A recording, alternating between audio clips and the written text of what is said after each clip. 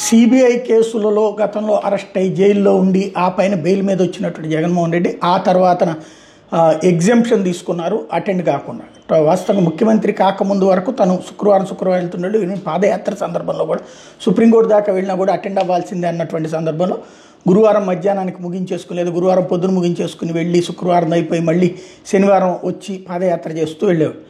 ఆ తర్వాత వచ్చేటప్పటికి తను ముఖ్యమంత్రి అయ్యాక ముఖ్యమంత్రి కార్యకలాపాలు బిజీగా ఉంటాను కాబట్టి మెయిన్ కేసులకు సంబంధించి అంటే అసలు వాదోపవాదాలు ప్రారంభమయ్యే టైంకి వస్తాను.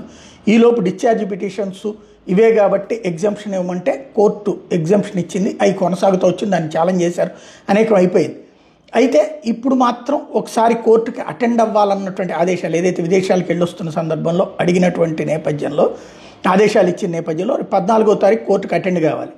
అటెండ్ అవ్వాలి అన్నటువంటి కోణాన్ని గట్టిగా సిబిఐ పట్టుబడుతున్నటువంటి సందర్భంలో నేను ప్రత్యక్షంగా అటెండ్ కాకుండా ఇప్పుడు ఆల్రెడీ సిస్టమ్ టెక్నాలజీ వచ్చింది కాబట్టి ఆన్లైన్లో అటెండ్ అవుతాను, దానికి పర్మిషన్ ఇవ్వండి అంటూ జగన్మోహన్ రెడ్డి కోర్టును ఆశ్రయించారు.